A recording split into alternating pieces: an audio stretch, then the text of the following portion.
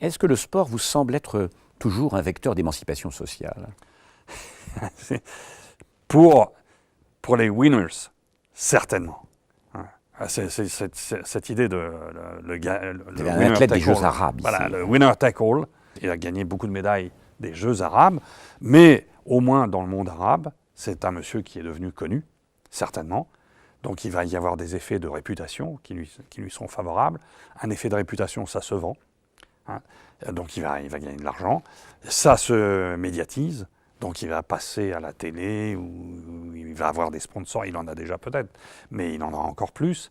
Donc en effet, pour lui, pour le dire comme ça, il est dans l'ascenseur social de son pays, ou même du Moyen-Orient. Il est dans l'ascenseur social.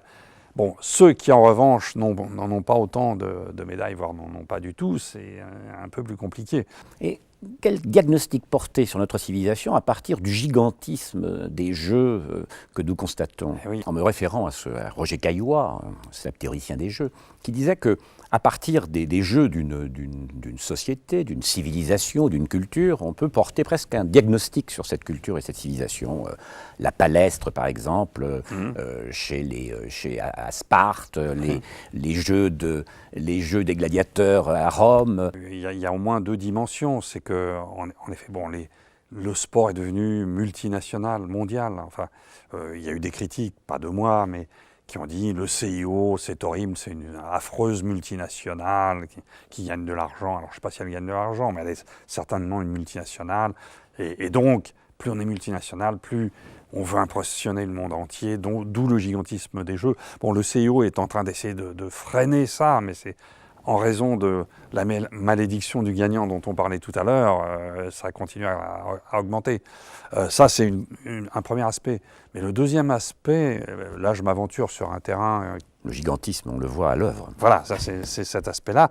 Alors il y a une autre dimension que j'aimerais souligner parce qu'il me semble qu'elle apparaît aujourd'hui dans la société, qui fait que parfois je me pose la question de savoir si on est encore dans le capitalisme ou si on n'est pas dans un système postérieur, malheureusement pire que le capitalisme.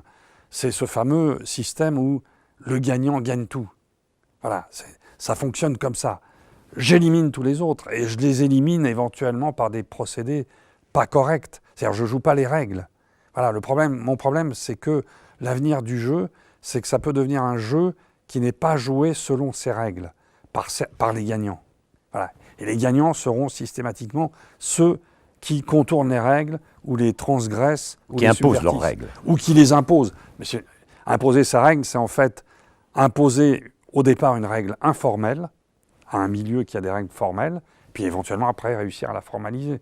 Et on voit ça dans la finance. C'est exactement ce qui se passe aujourd'hui dans la finance.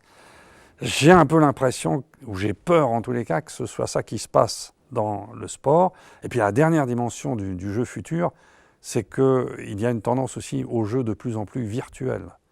On va jouer les matchs de foot à la maison, sur son écran d'ordinateur.